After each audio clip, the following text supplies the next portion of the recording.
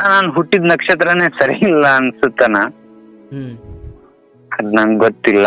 ನಾನು ಏನೋ ಒಂದು ಹುಟ್ಟಿದಾಗಿಂದ ಇಲ್ಲಿ ಮಟನು ಏನೋ ಒಂದ್ ಕೆಲ್ಸ ಮಾಡಕ್ ಹೋದ್ರು, ಏನೋ ಓದಕ್ ಪ್ರಯತ್ನ ಪಟ್ರು, ಹ್ಮ್ ಏನೋ ಒಂದು ಸ್ವಂತದ್ ನನ್ ಜಮೀನ್ ಇದೆ ಅನ್ನೋ ಆಸ್ತಿ ಅಂತಸ್ತು ಏನೂ ತೊಂದ್ರೆ ಇಲ್ಲ ನಂದು. ಹ್ಮ್ ನಮ್ದ 8 ರಿಂದ 10 ಎಕರೆ ಭೂಮಿ ಇದೆ ಅಣ್ಣ, ಸ್ವಂತ ನೀರಾವರಿ ಇದೆ.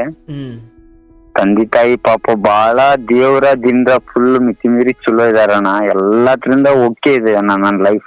ಎಷ್ಟ್ ಜನ ಅಣ್ಣ ತಮ್ದಿರು? ನಾವ್ ಇಬ್ರಣ್ಣ, ಅಣ್ಣ ತಮ್ಮ ಇಬ್ರು. ಒಬ್ಬಾಕಿ ತಂಗಿನ ಮದ್ವಿ ಮಾಡಿ ಕೊಟ್ಟಿದೀವಿ ಅಣ್ಣ ಆಲ್ರೆಡಿ. ನೀವೇ ಅಣ್ಣನು, ನೀವು ತಮ್ಮನು? ನಾನೇ ದೊಡ್ಡವನ ಅಣ್ಣ, ನಾನೇ ದೊಡ್ಡವನು. ಹೇಳಪ್ಪ. ನಾನೇ ದೊಡ್ಡವನು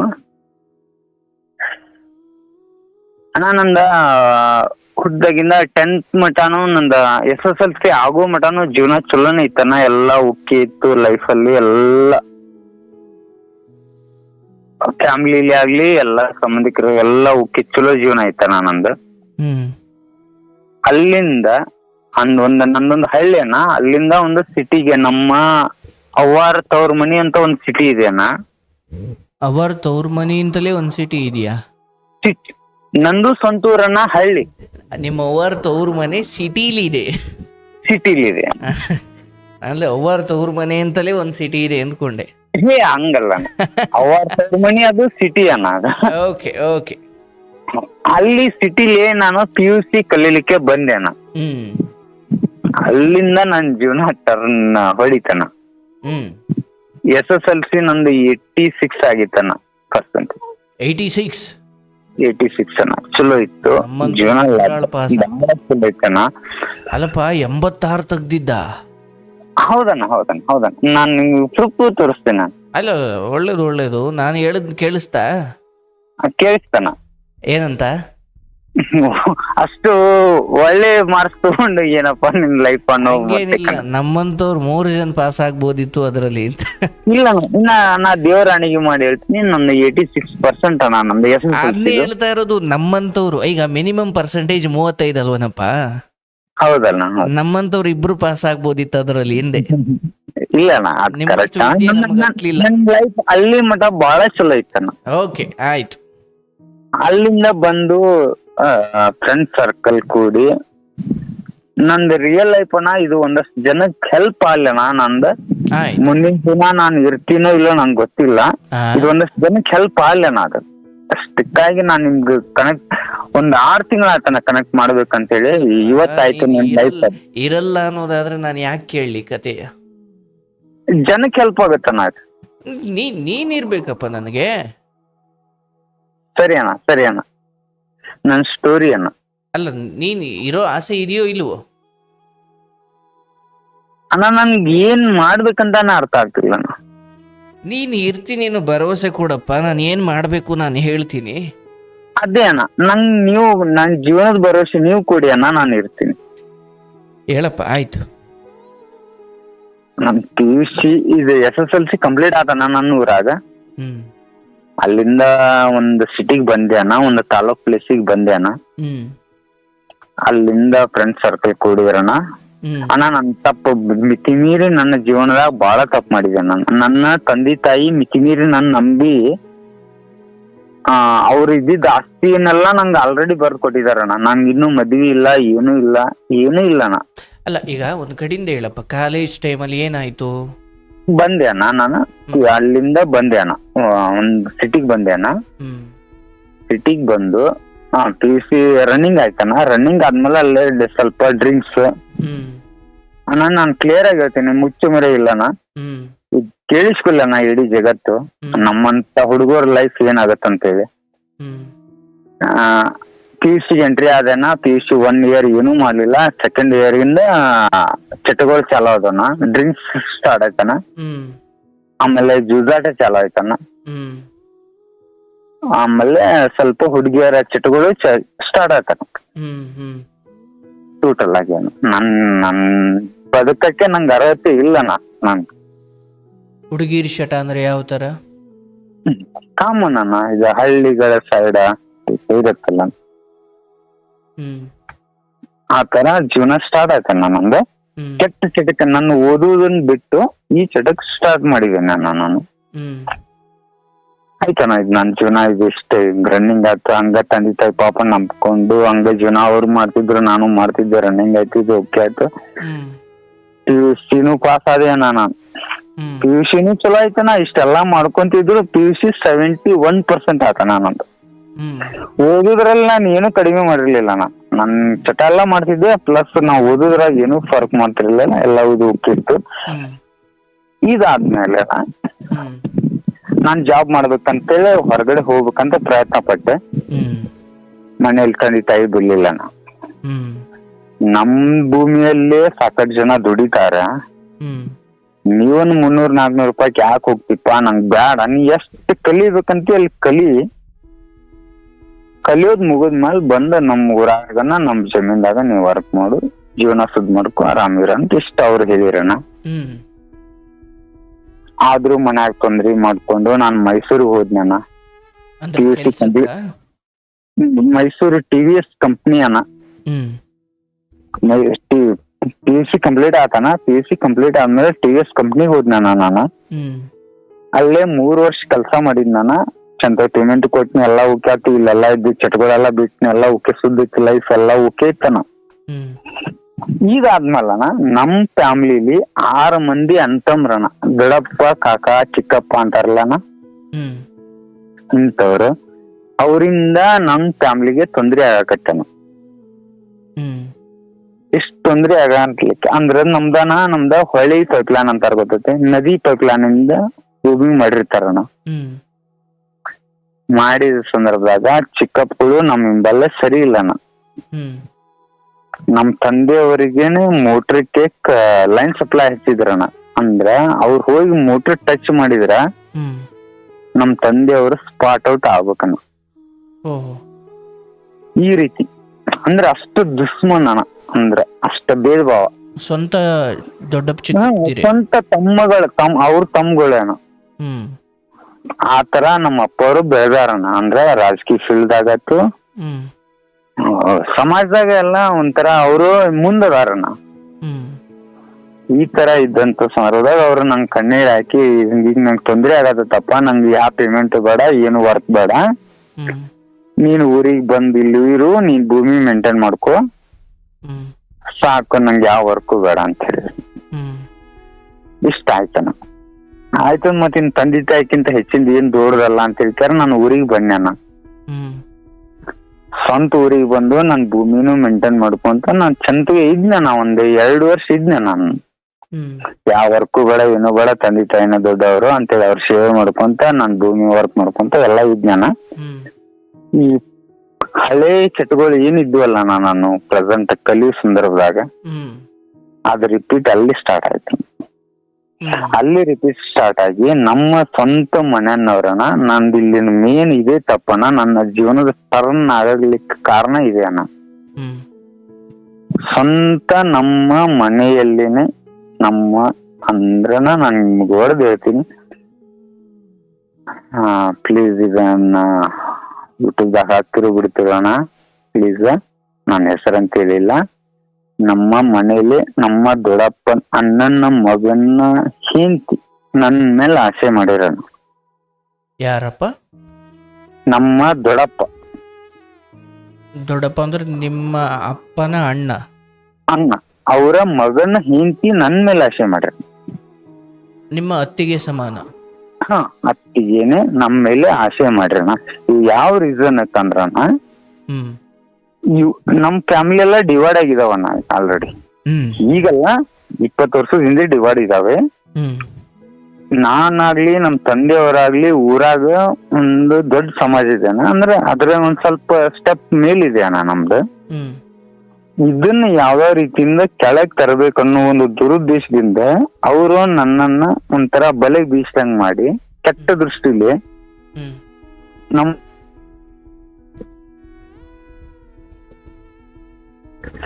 ಅಲ್ಲಿ ಬೀಸಿ ಅಣ್ಣ.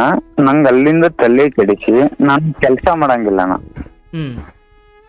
ನಾನ್ ಕೆಲ್ಸ ಮಾಡಂಗಿಲ್ಲ, ಊಟ ಮಾಡಂಗಿಲ್ಲ, ನಮ್ ತಂದೆ ತಾಯಿ ಮಾತ್ ಕೇಳಂಗಿಲ್ಲ ಅಣ್ಣ. ಅಂದ್ರೆ ಆ ಹೆಣ್ಣಿನ ಆ ಹೆಣ್ಣು ಬಂದಿದ್ದೇ ಈ ರೀಸನ್ ಅಂದ್ರೆ ನಾನ್ ಲೋ ಲೆವೆಲ್ ಆಗ್ಬೇಕೇನು. ಓಕೆ, ಅಂದ್ರೆ ನಿಮ್ ಮನೆತನ ಕೆಟ್ಟ ಹೆಸರು ತರ್ಲಿಕ್ಕೆ ಅಂದ್ರೆ ನಮ್ದು ಇಂಪ್ರೂವ್ಮೆಂಟ್ ಫ್ಯಾಮಿಲಿ ಇತ್ತನ ಅದನ್ನ ಯಾವ್ದೋ ರೀತಿಯಿಂದ ಪೆಟ್ ಹಚ್ಬೇಕನ್ನ ಅದಕ್ಕೆ. ಅಂದ್ರೆ ಆ ಹೆಣ್ಣನ್ನ ಬಿಟ್ಟಿದ್ದು ದೊಡ್ಡವರು ಅಥವಾ ಆ ಹೆಣ್ಣೆ ಸ್ವಂತ ಬಂದಿರೋದು? ಅವ್ರ ಸ್ವಂತ ಗಂಡನೇ ಮುಂದೆ ಮಾಡಿದಾನ. ಅದ್ ನಮ್ಗೆ ಇವಾಗ ಗೊತ್ತಾಗಿದ್ದೇನ. ಏನ್ ರೀಸನ್ ಅಂದ್ರೆ ಒಂದು ದೊಡ್ಡ ಫ್ಯಾಮಿಲಿ ಇರುತ್ತಣ್ಣ. ಇದು ಹೆಂಗಂದ್ರೆ ಒಂದು 6-7 ಮಂದಿ ಅಂತವ್ರ ಫ್ಯಾಮಿಲಿ ಇರುತ್ತೆ. ಇದ್ರಲ್ಲಿ ಯಾವ್ದೋ ಒಂದು ರೀಸನ್, ಯಾವ್ದೋ ಮದುವೆ ಆಗ್ಲಿ, ಸಂಬಂಧಿಕರಲ್ಲಿ ಮದುವೆ ಆಗ್ಲಿ, ಇಲ್ಲ ಸತ್ತದ್ದೇ ಇರ್ಲಿ, ಇಲ್ಲ ಒಂದ್ ಏನೋ ಸಣ್ಣ ಫಂಕ್ಷನ್ ಇರ್ಲಿ, ಅವಾಗ ಒಂದು ಹುಡುಗನ್ನ ಕರೀತಾರಣ. ಪ್ರತಿ ಸಲ ಆ ಹುಡುಗನ್ ಕರಿ ಅಂತ ಎಲ್ಲರೂ ಹೇಳ್ತಾರಣ. ಅದು ಅವರಿಗೆ ಅಸಹ್ಯ ಅನ್ಸ್ತೈತಣ. ಯಾಕಂದ್ರೆ ನಾನ್ ಚಿಕ್ಕವನ, ಅವ್ರು ದೊಡ್ಡವರು. ಈ ದೃಷ್ಟಿಲಿ ಅವರು ನನ್ಗ ಮೋಸದ ಬಲಿ ಅಂತಾರಲ್ಲ, ಇದನ್ನ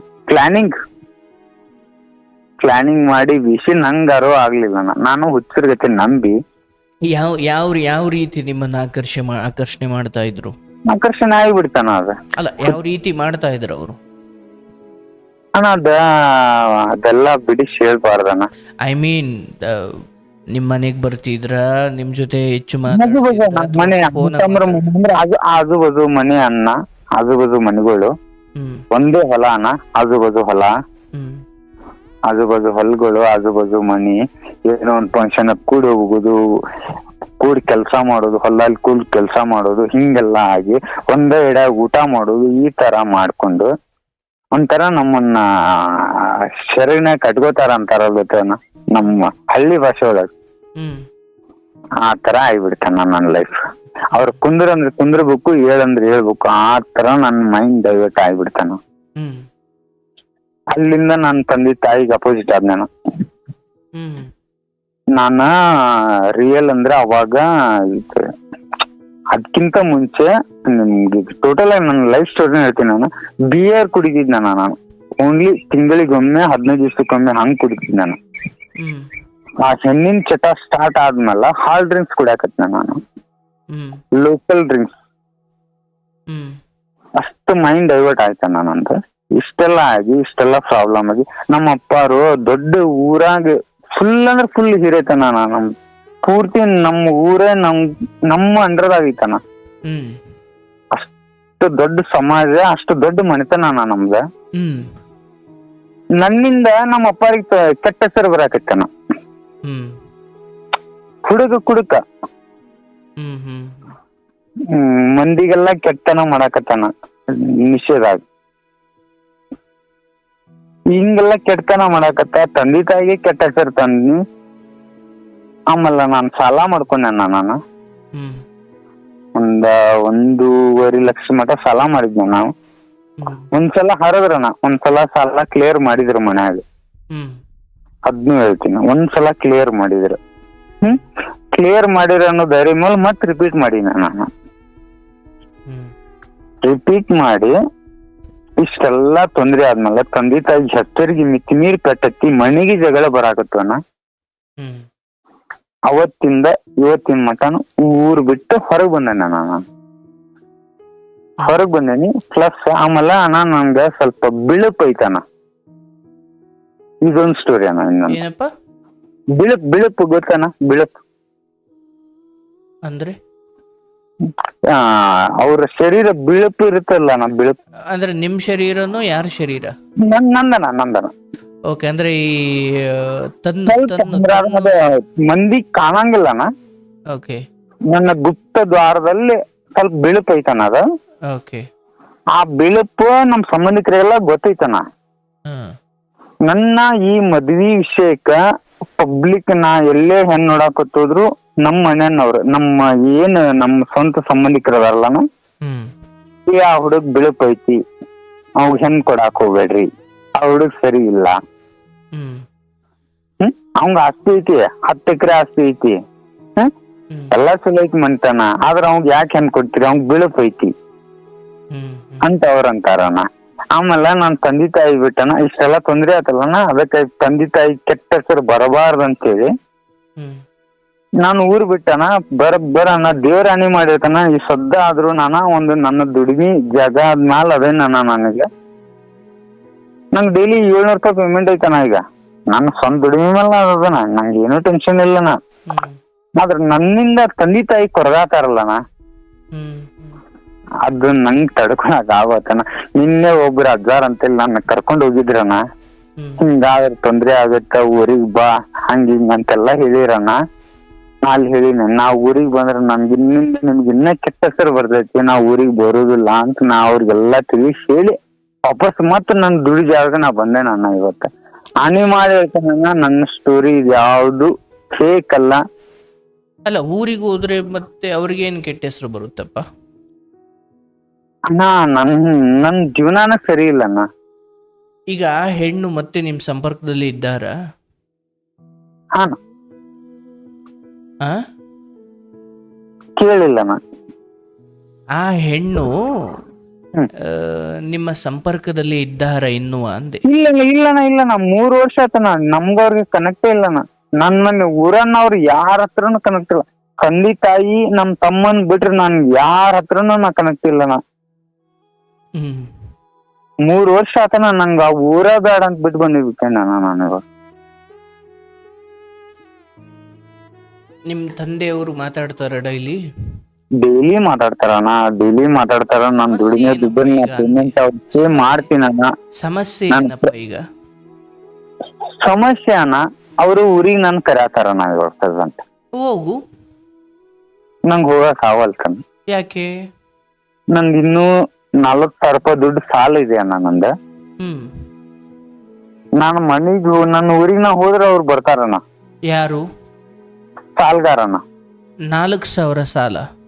40 ಅಣ್ಣ. 40. 40,000 ರೂಪಾಯಿ ಸಾಲಣ್ಣ. ನಿಮ್ ತಂದೆ ತೀರ್ಸಲ್ವಾದ್ನ? ತೀರ್ಸ್ತಾರಣ್ಣ, ಏನ್ ದೊಡ್ಡ ವಿಷಯ ಅಲ್ಲಣ್ಣ ಅದು. ವಿಷಯ ದೊಡ್ಡದಲ್ಲಣ್ಣ. ನಾನು ಅಲ್ಲಿಂದ ಕೆಟ್ಟ ಹೆಸರು ತಗೊಂಬಂದಂತ ಹುಡುಗ ಏನಾದ್ರೂ ಒಂದ್ ಸಾಧನೆ ಮಾಡಿ ಊರಿಗೆ ಹೋಗ್ಬೇಕಂತ ನಾನೊಂದ್ ಉಳಿದಿನಣ್ಣ. ನಾನು ಸಾಧನೆ ನಾನೊಂದು ಫಾರ್ಮ್ ಅಲ್ಲಿ ಇದ್ದೇನೆ ಅಣ್ಣ. ಇವತ್ತು ಹೊರಗೆ ಇವತ್ತ ಒಂದು ಈ ಪೋಲ್ಟ್ರಿ ಫಾರ್ಮ್ ಇರುತ್ತಲ್ಲ, ಈ ಪೋಲ್ಟ್ರಿ ಫಾರ್ಮ್ ಅಲ್ಲಿ ಇದ್ದೇನಣ್ಣ. ಸದ್ಯ ಪ್ರೆಸೆಂಟ್ ನಂಗೆ ಫಸ್ಟ್ ಸ್ಟಾರ್ಟಿಂಗ್ 300 ರೂಪಾಯಿ ಪೇಮೆಂಟ್ ಇತ್ತು, ಇವಾಗ ನಂಗೆ 700 ರೂಪಾಯಿ ಪೇಮೆಂಟ್ ಇದೆ ಅಣ್ಣ.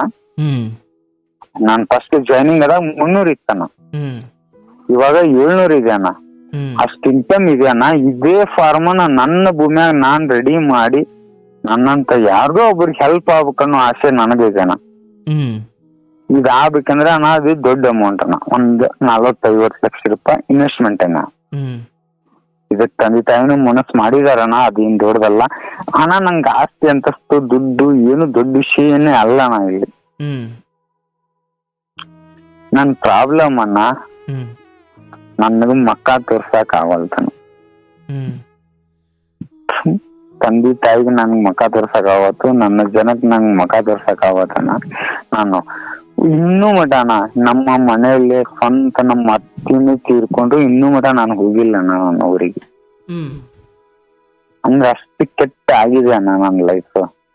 ನಾನು ಯಾವ್ದು ತಪ್ಪು ಅಣ್ಣ, ನಾನು ಬೇಕಂತ ಎಷ್ಟೋ ಜನಕ್ಕಣ್ಣ ದೇವರಾಣಿ ಮಾಡಿ ಹೇಳ್ತಾನ. ಈ ಸದ್ಯ ನನ್ನ ಅಂತೇಳಿ ಸಾಕಷ್ಟು ಜನ ಬರ್ತಾರಣ್ಣ, ಎಷ್ಟೋ ಜನ ಹಸುವಂತ ಬರ್ತಾರಣ್ಣ.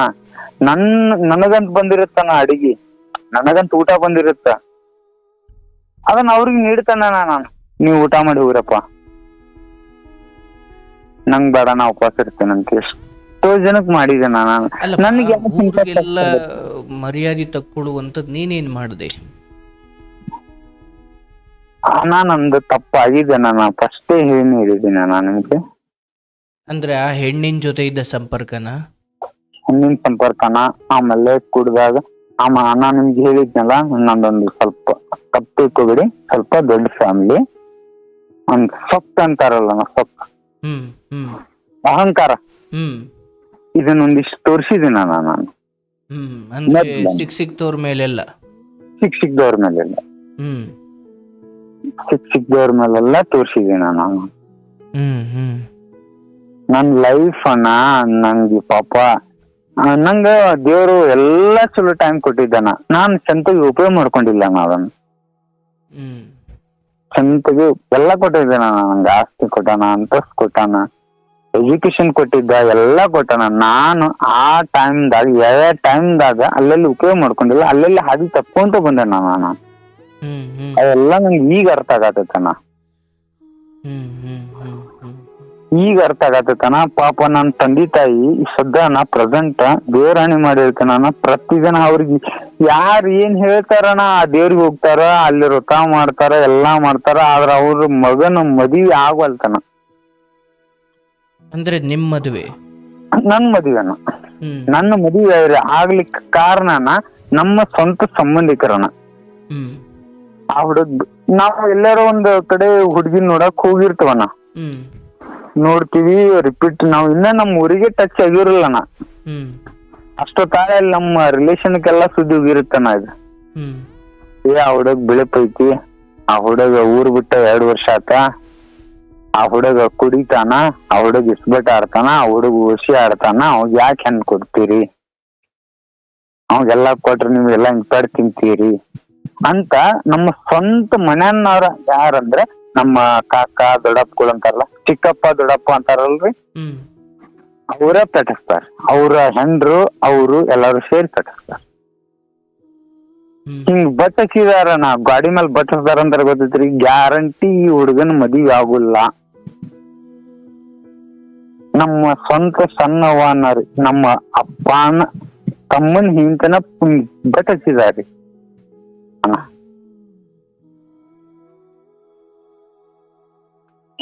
ಏನಕ್ಕಂತ ಜೀವನ ಮಾಡ್ಬೇಕಣ್ಣ ನಾನು?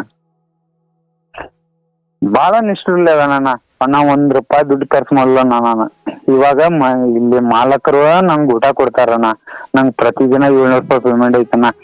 ಇಷ್ಟು ಪ್ರತಿ ರವಿವಾರ ಅಂದ್ರೆ ಸಂಡೇ ಟು ಸಂಡೇ ಅನ್ನ ಇಷ್ಟು ನಾನು ಅಪ್ಪಾಗ ಫೋನ್ ಪೇ ಮಾಡ್ತಾನ. ಇಷ್ಟೆಲ್ಲಾ ನನ್ ದುಡ್ಡು ಅಲ್ಲೆಲ್ಲಾ ಐತ್ ಕರೆ, ಆದ್ರೂ ನನ್ನ ಹತ್ರ ಇದ್ರನ್ನ ಹಾಳಾಗ್ತಾನಂತೇಳಿ ಇದಿಷ್ಟು ಸಂಡೇ ಟು ಸಂಡೇ ಫಿಕ್ಸ್ ಅನ್ನ ಫೋನ್ ಪೇ ಆಗತ್ತಣ್ಣ. 4200 ರೂಪಾಯಿ ಪೇಮೆಂಟ್ ಅಲ್ಲಿ ನನ್ನ ಮನಿ ಕಳಿಸ್ತಾನ ನಾನು ಪ್ರತಿ ರವಿವಾರನ. ಇಷ್ಟು ನಿಷ್ಠುರ್ಲೆ ಅದಣ್ಣ ನಾನು. ಇಷ್ಟಿದ್ದು ನನ್ಗೆ ಯಾಕೆ ಇಷ್ಟೆಲ್ಲ ನಾನು ಎಲ್ಲ ಪಡ್ತೀನಿ ನಾನು, ನಂಗೆಲ್ಲ ಗೊತ್ತೈತಣ್ಣ ಪ್ರತಿಯೊಂದ್ ಕಡೆನೆ. ಇನ್ನರ ಶುದ್ಧ ಆಗ್ಬೇಕು, ಇನ್ನರ ಚಲೋ ಜೀವನ ಆಗ್ಬೇಕಂತೇಳಿ ಎಲ್ಲಾರ್ಗು ಚಲೋದ್ ಬಯಸ್ತಾನ. ನಾ ಫಸ್ಟ್ ಸ್ಟಾರ್ಟಿಂಗ್ ಏನ್ ನಾ ಯಾರಿಗೂ ಕೆಟ್ಟದ್ ಮಾಡ್ಲಿಲ್ಲಣ್ಣ, ನನಗ್ ನಾ ಕೆಟ್ಟದ್ ಮಾಡ್ಕೊಂಡೇನು. ನನ್ನ ಶರೀರಕ್ಕೆ ನಾ ಕೆಟ್ಟದ್ ಮಾಡ್ಕೊಂಡೇನು, ಯಾರಿಗೂ ಕೆಟ್ಟದ್ದೇನು ಬಯಸಿಲ್ಲ ನನ್ನ ಹತ್ರ. ನನ್ಗೆ ಯಾಕೆ ಹಿಂಗಾಗತ್ತೈತಣ್ಣ? ನನ್ನಿಂದ ಪಾಪ ತಂದೆ ತಾಯಿ ಕೊರಗಾತಾರಲ್ಲಣ್ಣ. ತಂದೆ ತಾಯಿ ಪಾಪ ಅವ್ರ ಚಂದಾಗಿ ಹೊಟ್ಟೆ ಊಟ ಮಾಡಿ ಕಂತುಂಬ ನಿದ್ದೆ ಮಾಡಲ್ಲ ಸಾಕ್ ನಂಗೆ. ನನ್ ಜನ್ಮ ಸಾರ್ಬೇಕಣ್ಣ. ಉಳ್ಕಿದ್ ನನ್ಗೆ ಏನೂ ಬೇಡಣ್ಣ. ನನ್ ಮದ್ವೆ ಆಗದೆ ಇದ್ರು ಸೆಕೆಂಡ್ರಿ, ನಂಗ್ ಬೇಡಣ್ಣ ಮದ್ವಿ. ಮತ್ತೆ ಸಾಯೋ ಮಾತೆ ಅಕ್ಕಪ್ಪ ಅಣ್ಣ, ನನ್ಗೆ ಅವ್ರು ಇರು ಮಠ ಅಣ್ಣ, ತಂದೆ ತಾಯಿ ಇರು ಮಠ ಅಣ್ಣ, ತಂದೆ ತಾಯಿ ಇರು ಮಠ ಅಣ್ಣ. ಪಾಪ ಅವ್ರ ನಮ್ಮ ದೊಡ್ಡ ಮಗನ ಹೊತ್ತಿಂದ ನಾ ಇವತ್ತೊಂದು ತುತ್ತು ಊಟ ಮಾಡೀನಿ, ಒಂದ್ ತಾಸ್ ನೆಮ್ಮದಿ ನನ್ ನಿದ್ದೆ ಮಾಡೀನಿ ಅಂತ ಅಂದ್ರ ಸಾಕಣ್ಣ ನನಗೆ. ನನ್ ಜನ್ಮ ಸಾರ್ಥಕನ ಇಷ್ಟನ. ನನ್ಗೆ ಯಾ ಆಸೆನೂ ಇಲ್ಲಣ್ಣ. ಯಾಕಂದ್ರ ನಂಗೆ ಬೆಳಪೈತೆ, ನಂಗಂತಿ ಮದುವೆ ಆಗುಲ್ಲಣ್ಣ. ನಂಗ್ ಕನ್ಫರ್ಮ್ ಐತೆ, ಆದ್ರೆ ನನ್ ತಂದೆ ತಾಯಿ ಕನ್ಫರ್ಮ್ ಆಗತ್ ಪಾಪ. ಹುಚ್ಚರಣ್ಣ, ಹಳೆ ಜನ್ಮ, ವಯಸ್ಸಾದ ಜನ್ಮ ನಾದ ತಂದೆ ತಾಯಿ ಆಸೆ ಪಾಪ ಎಲ್ಲಾ ಕೊಟ್ಟಣ್ಣ. ಜಗತ್ತ ಅನ್ನೋನು 7 ಊರ್ ಆಳ್ತವಣ್ಣ ನಾವು. ಅಂತ ದೊಡ್ಡ ಫ್ಯಾಮಿಲಿ ಐತಣ್ಣ ನಮ್ದು. 7 ಊರ್ ಅಂದ್ರ ಸಾಂದಲ್ಲಣ್ಣ ಅದ. ಅದ್ ದೀರ್ಘ ಗೊತ್ತನ ಬೇಡ ನಾವೆಲ್ಲ. ಅಂದ್ರ ಈಗ ಹಳ್ಳಿ ಕಡೆ ಅಣ್ಣ ನೀವು ಅಬ್ಸರ್ವ್ ಮಾಡ್ರಿ, ನಮ್ಮ ಮಾತ ನಡೀತಿತ್ತಣ್ಣ.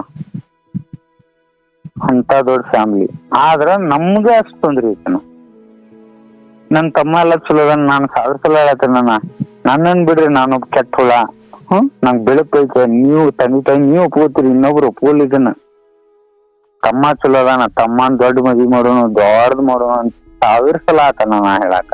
ಆದ್ರ ಪಾಪ ಅವ್ರು ಹುಚ್ಚರಣ್ಣ, ನಂಗಾತಿಲ್ಲಣ್ಣ. ಏನ್ ಮಾಡ್ಬೇಕಂತ ಅರ್ಥ ಆಗ್ಬೇಕಣ್ಣ.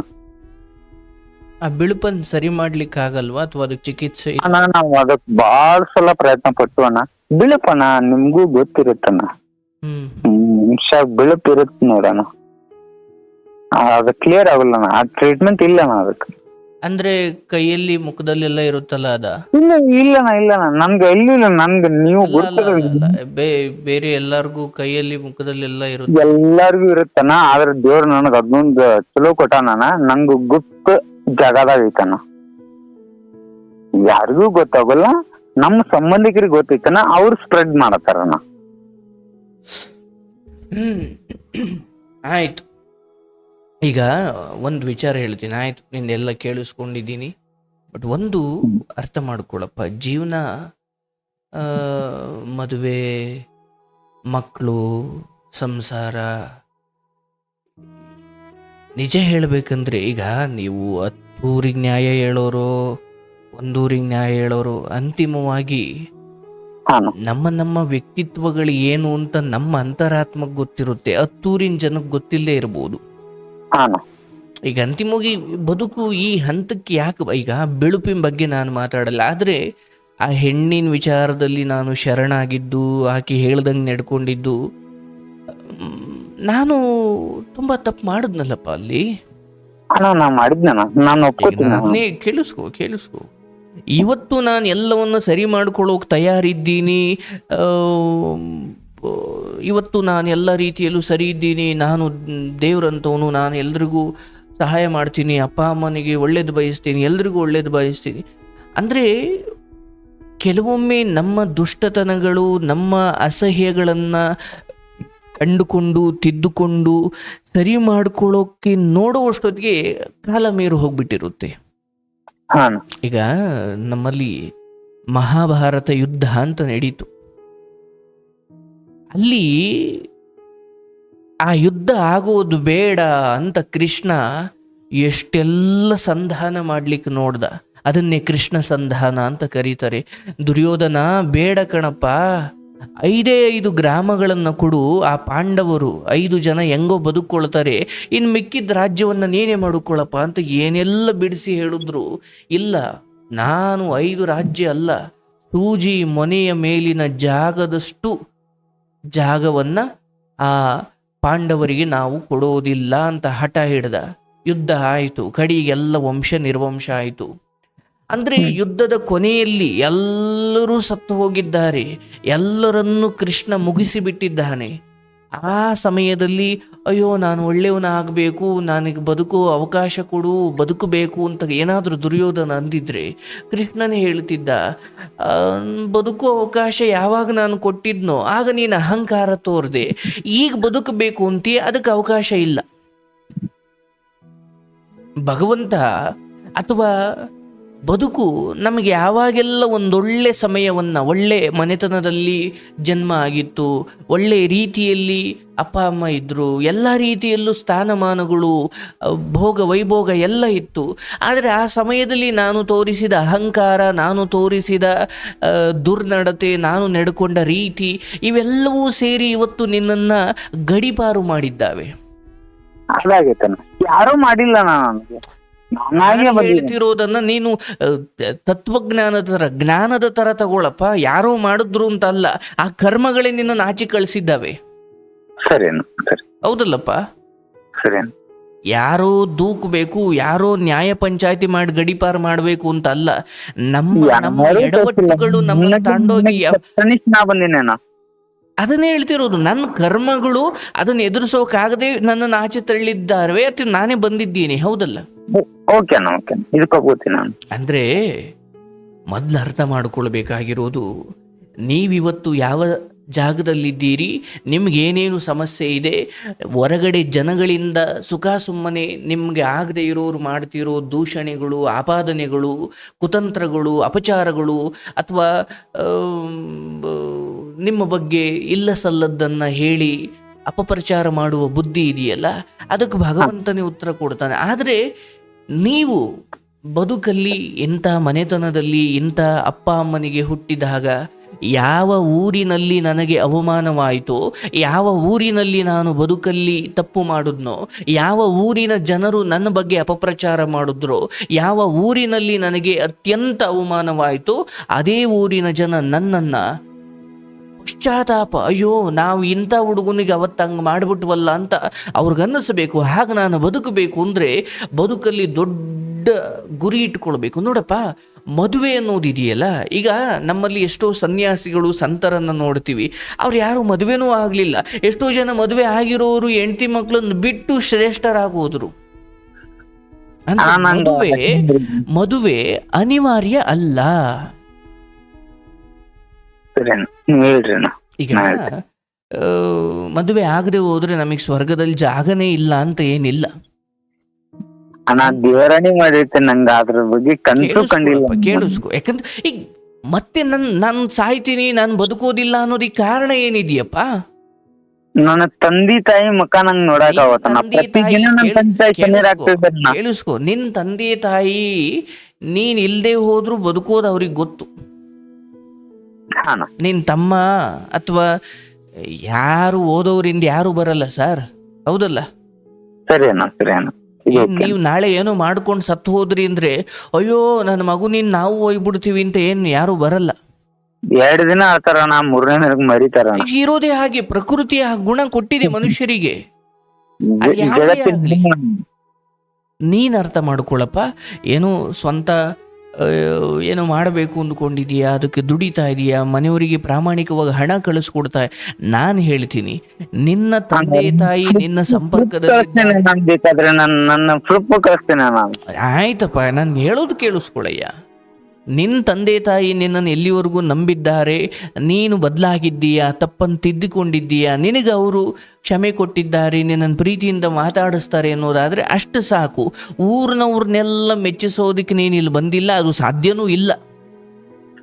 ನೀವೇನೇ ಸರಿ ಹೋಗಿದ್ದೀನಿ ಅಂತ ಊರಿನವ್ರ ಮುಂದೆ ಹೋಗಿ ಬಾಯಿ ಹೊಡ್ಕೊಂಡ್ರು ಸರಿ ಹೋಗಿದ್ದೀಯಾ.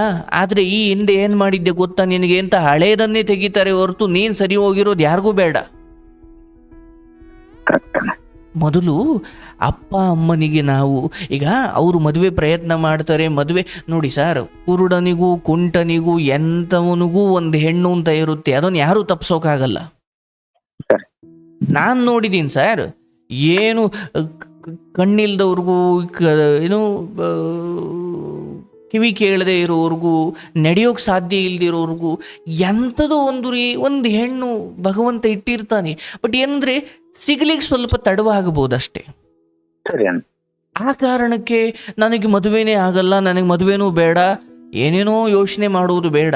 ವಯಸ್ಸಿನ್ನೂ ಇದೆ, 35-38ಕ್ಕೆ ಮದುವೆ ಆದವರು ಇದ್ದಾರೆ. ಮೊದಲು ಬದುಕೋದಿಕ್ಕೊಂದು ಕಾರಣ, ನನ್ನ ತಂದೆ ತಾಯಿಯನ್ನ ಅವರಿಗೆ ವಾರ ಹಣ ಕಳಿಸ್ತೀನಿ, ಇಲ್ಲಿ ನನಗೆ ಕೆಲಸ ಕೊಟ್ಟಿರೋ ಮಾಲೀಕರ ಹತ್ರ ಪ್ರಾಮಾಣಿಕನಾಗಿದ್ದೀನಿ, 4 ಜನಕ್ಕೆ. ಅಂತಿಮವಾಗಿ ನೋಡಿ ಸರ್, ಜನ ನಮ್ಮನ್ನು ನೆನ್ಪಿಟ್ಕೊಳ್ಳೋದು, ಜನ ನಮ್ಮನ್ನು, ನಾವು ಸತ್ತ ಮೇಲೂ ನಮ್ಮನ್ನು ಜನ ನೆನ್ಪಿಟ್ಸ್ಕೊಳ್ಳೋದು, ಓ ಇವನು 5 ಮದುವೆ ಆಗಿದ್ದ, ಅದಕ್ಕೆ ಇವನು ಪ್ರತಿಮೆ ಮಾಡಿ ಊರು ನಡುಮಧ್ಯೆ ನಿಲ್ಸ್ರಪ್ಪ ಅಂತ ಹೇಳಲ್ಲ.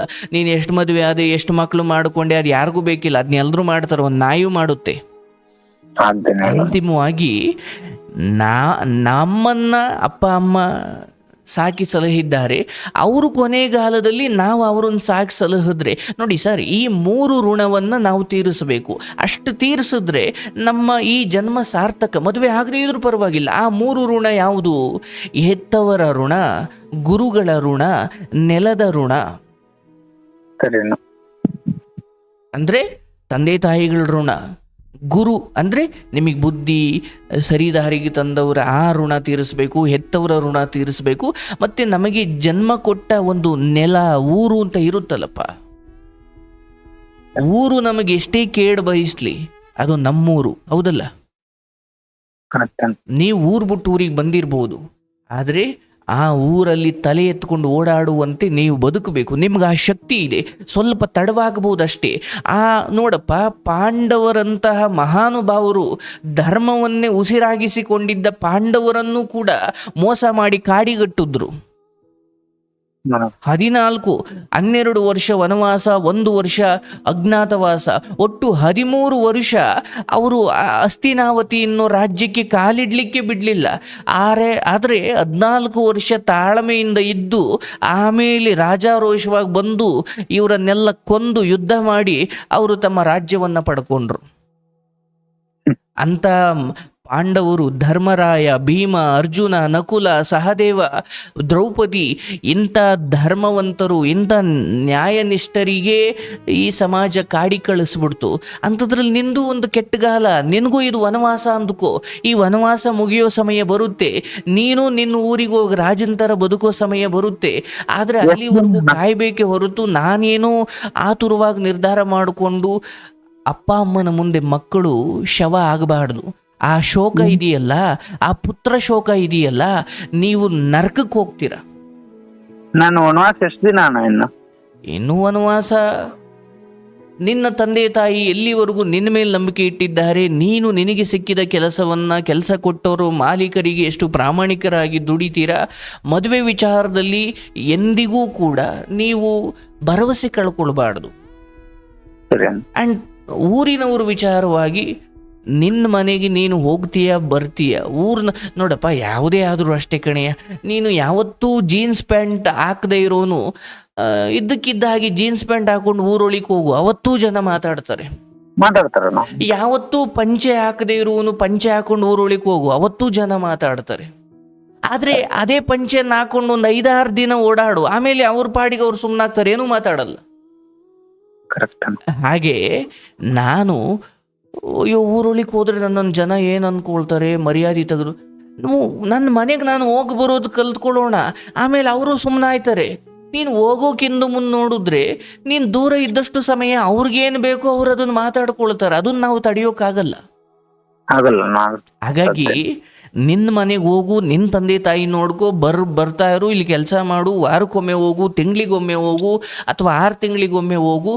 ನಿನ್ನ ಮನೆಗೆ ನೀನು ಹೋಗಿ ನೆಮ್ಮದಿಯಾಗಿ ನಿನ್ನ ತಂದೆ ತಾಯಿಯನ್ನು, ಯಾಕಂದರೆ ಅವ್ರು ನಾಳೆ ನೋಡಪ್ಪ ನಿಮ್ಮ ತಂದೆಗೆ ಹಿಂಗೆ ಆಗಿಬಿಡ್ತು ಕಣೆಯ, ಅವರು ನಮ್ಮನ್ನೆಲ್ಲ ಬಿಟ್ಟು ಹೋದ್ರು ಬಾರಪ್ಪ ಅಂತ ಅವತ್ತು ಹೋಗಿ ಶವದ ಮುಂದೆ ಬಿದ್ದು ಅಳೋದಕ್ಕಿಂತ ಬದುಕಿದ್ದಾಗಲೇ ಹೋಗಿ ನೋಡ್ಕೊಂಡು ಬಂದು ಆಗಾಗ ಓಡಾಡ್ಕೊಂಡು ನೋಡ್ಕೊಂಡು ಬರೋದು. ಯಾಕಂದರೆ ಎಷ್ಟು ದಿನ ಯಾರು ನಮ್ಮ ಮುಂದೆ ಇರ್ತಾರೆ ಗೊತ್ತಿಲ್ಲ ಸರ್, ಯಾವಾಗ ಯಾರು ಹೊರಡ್ತಾರೋ ಗೊತ್ತಿಲ್ಲ, ಹೌದಲ್ಲ? ಹಾಗಾಗಿ ನಾನು ಊರಿಂದ ಆಚೆ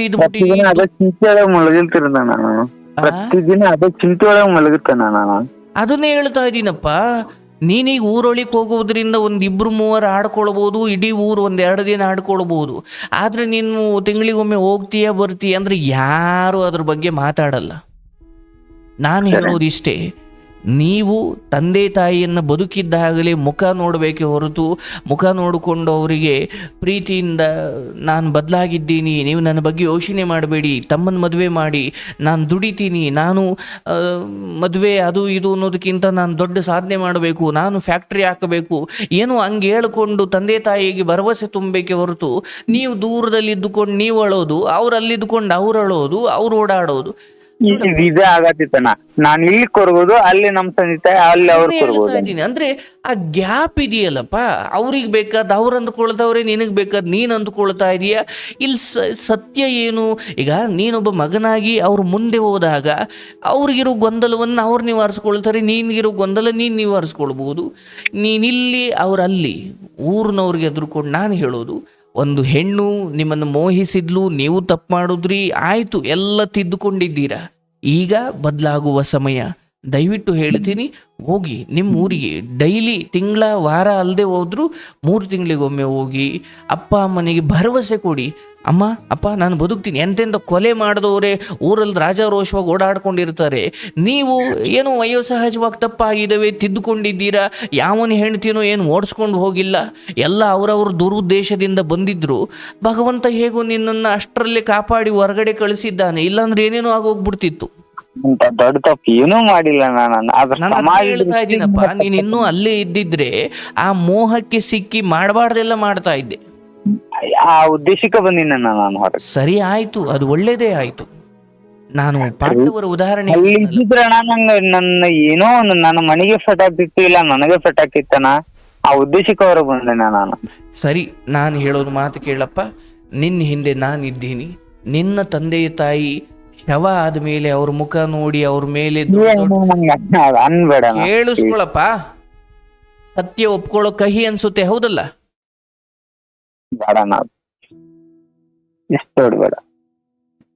ಹೋಗಿ ಅವ್ರ ಮುಖ ನೋಡು ಮೊದ್ಲು, ಹೋಗಿ ಅವ್ರ ಕಾಲ್ ಬೀಳು, ಅವ್ರ ಪಾದ ಮುಟ್ಟು, ಯಾವನಿಗೂ ಹೆದರ್ಕೊಂಡು ಯಾರ್ಯಾರಿಗೂ ಹೆದರ್ಕೊಂಡು ನಿನ್ನ ಅಪ್ಪ ಅಮ್ಮ ಬದುಕಿದ್ದಾಗ ಅವ್ರ ಮುಖ ನೋಡ್ಕೊಳ್ಳೋ ಭಾಗ್ಯ ಎಷ್ಟೋ ಜನಕ್ಕೆ ಅಪ್ಪ ಅಮ್ಮ ಇಲ್ಲ, ನಿನಗಿದ್ದಾರೆ, ಸರಿ ಮಾಡ್ಕೊಂಡು ಎಲ್ಲ ತಿದ್ದುಕೊಳ್ತಾ ಇದೆಯಾ. ಹೋಗು ನಿನ್ನ ಮನೆಗೆ, ರಾತ್ರಿ ಹೋಗ್ತೀಯೋ ಬೆಳಿಗ್ಗೆ ಹೋಗ್ತೀಯೋ, ಹೋಗಿ ಅಷ್ಟೊತ್ತಿದ್ದು ಅವ್ರ ಜೊತೆ ಸಮಯ ಕಳೆದು ಬರ್ತಾ ಇರು. ನಿನ್ನ ಸಾಲ ತೀರಿ ಆದ್ಮೇಲೂ ಹೋಗು, ತೊಂದರೆ ಇಲ್ಲ. ಆದ್ರೆ ನಾವು ನಮ್ಮ ಆತ್ಮವನ್ನ ಹತ್ಯೆ ಮಾಡಿಕೊಂಡು ಅಪ್ಪ ಅಮ್ಮ ಬದುಕಿರೋ ಕೊನೆ ಕ್ಷಣದವರೆಗೂ ನಿಮ್ಮ ನೆನಪಲ್ಲಿ ನರಳೋದಿದೆಯಲ್ಲ, ಅದು ನೀವು ಅವ್ರಿಗೆ ಕೊಟ್ಟ ಶಿಕ್ಷೆ. ನಡೀತಿರೋದು ಅದೇನಾ ಇವಾಗ ಪ್ರೆಸೆಂಟ್. ಹಾಗಾಗಿ ಸಾವು ಯಾವುದಕ್ಕೂ ಅದು ಪರಿಹಾರ ಅಲ್ಲ.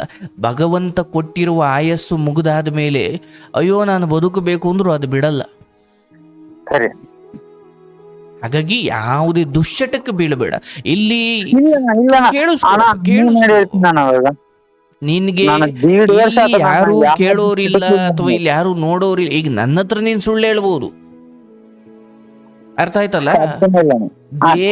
ದೇಹಕ್ಕೆ ಯಾವುದೇ ಚಟಗಳು ಅಂಟಿಕೊಳ್ಳ ಅಂದ್ರೆ ಅಲ್ಲಿ ಲೈಂಗಿಕ ವಿಚಾರ ಹೇಗೆ ಅಂಟಿಕೊಳ್ತಾ ಇತ್ತೋ ಇಲ್ಲಿ ಮದ್ಯಪಾನ ಧೂಮಪಾನವೂ ಕೂಡ ಅದು ಹಾಗೇನೆ. ಕರೆಕ್ಟ್ ಅಣ್ಣ, ಅದ್ ನೀವ್ ಹೇಳೋದು ಕರೆಕ್ಟ್ ಅಣ್ಣ.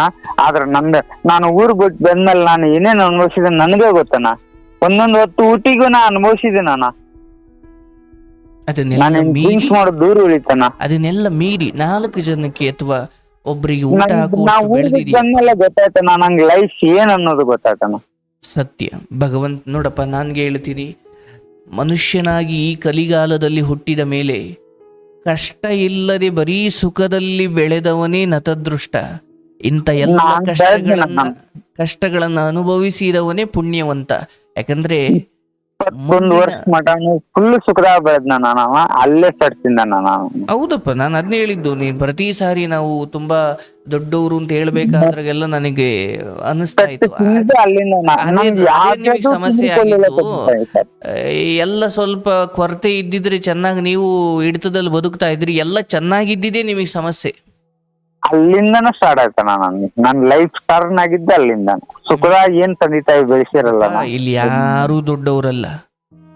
ನಮ್ಮ ಹಿಂದೆ ತುಂಬಾ ಜನ ಜೈಕಾರ ಹಾಕ್ತಿದ್ದಾರೆ ಅಂದ್ರೆ ಅದು ನಮ್ಗೆ ಹಾಕಿದ್ದು ಅಂತಲ್ಲ, ನಮ್ಮ ಹತ್ರ ಇರೋ ಹಣಕ್ಕೋ ನಮ್ಮ ಹತ್ರ ಇರೋ ಗೆಲುವಿಗೋ ಹಾಕ್ತಾ ಇರೋ ಜೈಕಾರ. ಅಲ್ಲೇ ಸೆಟ್ ಆತಣ್ಣ.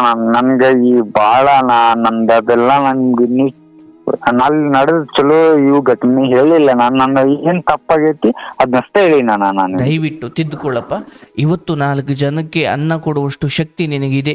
ನಿನ್ನ ಮನೆ ಹಣ ನೀಡ್ತೇನ, ದೇವರಾಣಿ ನೀಡ್ತೇನ, ನಿಮ್ಗೆ ಕಾಲ್ ಮಾಡ್ತೀನಿ. ನಿನ್ಗೆ ಆ ಶಕ್ತಿ ಇದೆಯಪ್ಪ. ನಾನು ಹೇಳಿದ್ನಲ್ಲ, ಎಲ್ಲಿ ಕೆಲಸ ಮಾಡ್ತಿದ್ಯೋ ಅಲ್ಲಿ ಪ್ರಾಮಾಣಿಕವಾಗಿ ಮಾಡು. 700 ಅಣ್ಣ ಇಲ್ಲಿ ಇನ್ನೊಂದು ಸ್ವಂತ ಅವ್ರ ಅಣ್ಣ ತಮ್ಮರಿಗೆ ಅದನ್ನ ಲಾಕರ್ ಕೊಡಲ್ಲ. ಆ ಲಾಕರ್ ಎಲ್ಲ ನನ್ ಕಡೆ ಇದೆ ಅಣ್ಣ. ನಂಬಿಕೆ ಉಳಿಸ್ಕೊಳಪ್ಪ. ಇನ್ನು ಯಾವಾಗ ಮಾತಾಡ್ಬೇಕು ಅನ್ಸುತ್ತೆ ಕರೆ ಮಾಡು, ಮಾತನಾಡು. ಬಟ್ ನಾನು ಹೇಳೋದು ಒಂದ್ ಹೆಲ್ಪ್ ಮಾಡಿ ಪ್ಲೀಸ್. ಏನು? ನಮ್ ತಂದೆಯವ್ರ ನಂಬರ್ ನಿಮ್ಗೆ ವಾಟ್ಸಪ್ ಮಾಡ್ತೀನಿ. ನಿಮ್ಗೆ ಪಾಪ ಇವಾಗ ತೊಂದರೆ ಆಗಿದೆ, ನೈಟ್ ಓವರ್ ಆಗಿದೆ. ನಾಳೆ ನೀವು ಫ್ರೀ ಇರೋ ಟೈಮಲ್ಲಿ ಕಾಲ್ ಮಾಡಿ ಅವ್ರಿಗೆ ಮಾತಾಡಕ್ಕಾಗತ್ತಾ ಪ್ಲೀಸ್? ಅವ್ರ ಕಾರ್ಯಕ್ರಮ ನೋಡ್ಬೇಕಪ್ಪ. ನೋಡ್ದೇನೆ ನಾನು ಅಂದ್ರೆ ನನ್ನ ಬಗ್ಗೆ ಅವ್ರಿಗೆ ಗೊತ್ತೇ ಇಲ್ದಾಗ ಯಾರಪ್ಪ ನೀನು ಅಂತಾರೆ. ನಾನು ಏನು ಹೇಳಲಿಕ್ಕಾಗಲ್ಲ. ಕಾರ್ಯಕ್ರಮ ನೋಡ್ತಾ ಇರೋರಾದ್ರೆ ಇಂಥವ್ರು ಅಂತ ಗೊತ್ತಿರುತ್ತೆ. ಆಗ ನನ್ನ ಮಾತು ಅಲ್ಲಿ ಪ್ರಭಾವ ಬೀರ್ತವೆ. ಅಪರಿಚಿತರು ಮಾಡಿದಾಗ ಯಾರು ಕೂಡ ಅಷ್ಟು ಈಗ ಸುಮ್ಮನೆ ಯೋಚನೆ ಮಾಡಪ್ಪ, ನಾನು ಯಾರೋ ನಿಮಗೆ ಗೊತ್ತೇ ಇಲ್ಲ ಹಂಗೆ ಅವರಿಗೆ ಈ ಕಾರ್ಯಕ್ರಮ ನೋಡ್ಲಿಕ್ಕೆ ಹೇಳು. 1-2 ದಿವಸ ಆಮೇಲೆ ನಾನೇ ಮಾತಾಡ್ತೀನಿ ಬೇಕಾದ್ರೆ. ನಿನ್ಗೆ ಒಳ್ಳೇದಾಗ್ಲಿ, ನೀನ್ ಜೀವಂತವಾಗಿ ನೀನ್ ಚೆನ್ನಾಗಿರ್ಬೇಕಪ್ಪ. ಯಾವತ್ತೂ ಒಂದ್ ದಿವಸ ನಾನ್ ನಿನ್ಗೆ ಇಷ್ಟು ಸಮಯ ಕೊಟ್ಟಿದ್ದಕ್ಕೂ ಇನ್ನೊಂದು ಪ್ರಾರ್ಥನಾ ಅನ್ಕೊಳ್ಳಿ, ನನ್ ಪ್ರಾರ್ಥನಾ ಅಂತ ಅನ್ಕೊಳ್ಳಿ. ಇನ್ನೊಂದು ಮಾತು ಹೇಳ್ಬೇಕಣ್ಣ ನಿಮ್ಗೆ. ನನ್ ನಂಬರ್ ಸೇವ್ ಮಾಡಿ ಇಟ್ಕೊಳ್ಳಿ. ನಾನೊಂದು ಇನ್ನೊಂದು ಸ್ಟೋರಿ ಹೇಳ್ತೀನಿ. ನಾನು ಸ್ಟೋರಿ ಅಂತಲ್ಲ, ನನ್ನ ಲೈಫ್ ಎಲ್ಲ ಇಲ್ಲಿ ನಂದು ಇಂಥ ಪ್ರಾಬ್ಲಮ್ ಇದೆ. ಇನ್ನು ತುಂಬಾ ಸಾರಿ ಮಾತಾಡೋಣ. ಆರೋಗ್ಯ ಚೆನ್ನಾಗಿಟ್ಕೋ, ನಡೆ ನುಡಿ ಶುದ್ಧವಾಗಿರ್ಲಿ. ಅಪ್ಪ ಅಮ್ಮನಿಗೆ ಮುಖ ತೋರಿಸಿ ನೀನ್ ಅವ್ರ ಮುಖ ನೋಡ್ಕೊಂಡು ಬದುಕಿದ್ದಷ್ಟು ಸಮಯ ನಮಗೆ ನಾವು ಯಾರಿಗೆ ಬೇಕಾಗಿಲ್ವೋ ಅವ್ರನ್ನ ಬಿಟ್ಬಿಡೋಣ. ಆದ್ರೆ ಯಾರಿಗೆ ನಾವು ಬೇಕೋ ಅವ್ರನ್ನ ಪ್ರೀತಿ ಮಾಡೋಣ. ಇಷ್ಟೇ ಜೀವನ. ಈ ಊರಲ್ಲಿರೋ ಎಲ್ರಿಗೂ ನಾನಿಷ್ಟ ಅಂತ ನನಗೂ ಅನಿಸಿಲ್ಲ. ಅರ್ಥ ಆಯ್ತಲ್ಲಪ್ಪ? ಯಾರಿಗಿಷ್ಟವೋ ನನ್ನನ್ನು ಹುಡುಕೊಂಡು ಆಶ್ರಮಕ್ಕೆ ಬರ್ತಾರೆ, ಯಾರಿಗಿಷ್ಟ ಇಲ್ವೋ ಅವ್ರು ಅಲ್ಲೇ ಇರ್ತಾರೆ. ಅಯ್ಯೋ ನಾನು ಅವ್ರಿಗೆ ಯಾಕೆ ಇಷ್ಟ ಇಲ್ಲ ಅಂತ ನಾನು ಅಳ್ಕೊಂಡು ಕೂತ್ಕೊಳ್ಳೋದಕ್ಕಿಂತ ಯಾರು ಇಷ್ಟಪಟ್ಟು ಬರ್ತಾರೋ ಅವ್ರ ಜೊತೆ ಇಡೀ ದಿನ ಪ್ರೀತಿಯಿಂದ ಇರ್ತೀನಿ. ಇದೇ ಜೀವನ.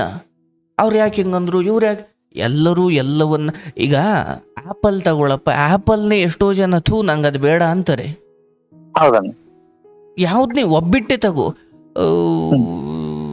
ನನಗೆ ಬೇಡ ಅಂತಾರೆ. ರೊಟ್ಟಿ ನನಗೆ ಅಂದರೆ ಯಾವುದೇ ಸಿಹಿ ತಿಂಡಿ ತಗೊಳಪ್ಪ, ಎಷ್ಟೋ ಜನ ಅಯ್ಯೋ ನನಗದು ಬೇಡ ಅಂತಾರೆ. ಎಲ್ಲ ತಿಂಡಿಗಳು ಎಲ್ಲರಿಗೂ ಇಷ್ಟ ಇಲ್ಲ ಅನ್ನೋದು ಸತ್ಯ. ಎಲ್ಲ ದೇವರುಗಳು ಎಲ್ಲರಿಗೂ ಇಷ್ಟ ಇಲ್ಲ ಅನ್ನೋದು ಸತ್ಯ. ನನಗೆ ಕೃಷ್ಣ ಇಷ್ಟ ಇಲ್ಲ, ನನಗೆ ಯೇಸು ಇಷ್ಟ ಇಲ್ಲ, ನನಗೆ ಅಲ್ಲ ಇಷ್ಟ ಇಲ್ಲ ಅನ್ನೋರು ಎಷ್ಟು ಜನ ಇದ್ದಾರೆ. ಅಂದರೆ ದೇವರೇ ಎಲ್ಲರಿಗೂ ಇಷ್ಟ ಇಲ್ಲ ಇಷ್ಟ ಆಗಲ್ಲ ಅನ್ನೋದಾದರೆ ನಿಮ್ಮ ಕತೆ ಏನಪ್ಪ? ನಮ್ಮನ್ನ ಇಷ್ಟಪಡೋರು ಇಷ್ಟಪಡದೇ ಇರೋರು ಇಬ್ಬರೂ ಇದ್ದಾರೆ. ದೇವರನ್ನೂ ಅಷ್ಟೇ, ದೇವರನ್ನು ಇಷ್ಟಪಡೋರು ದೇವ್ರು ಇಲ್ವೇ ಇಲ್ಲ ಅನ್ನೋರು ಎಲ್ಲ ಇದ್ದಾರೆ ತಾನೇ ಈ ಜಗತ್ತಲ್ಲಿ. ಹಾಗೆ ನಮ್ಮನ್ನೂ ಕೂಡ ನಮ್ಮನ್ನು ವಿರೋಧ ಮಾಡೋರು, ನಮ್ಮನ್ನು ಪ್ರೀತಿ ಮಾಡೋರು ಎಲ್ಲರೂ ಇರ್ತಾರೆ. ಆ ಮಧ್ಯೆ ಸ್ವಲ್ಪ ಜಾಗರೂಕರಾಗಿ ಬದುಕಬೇಕು.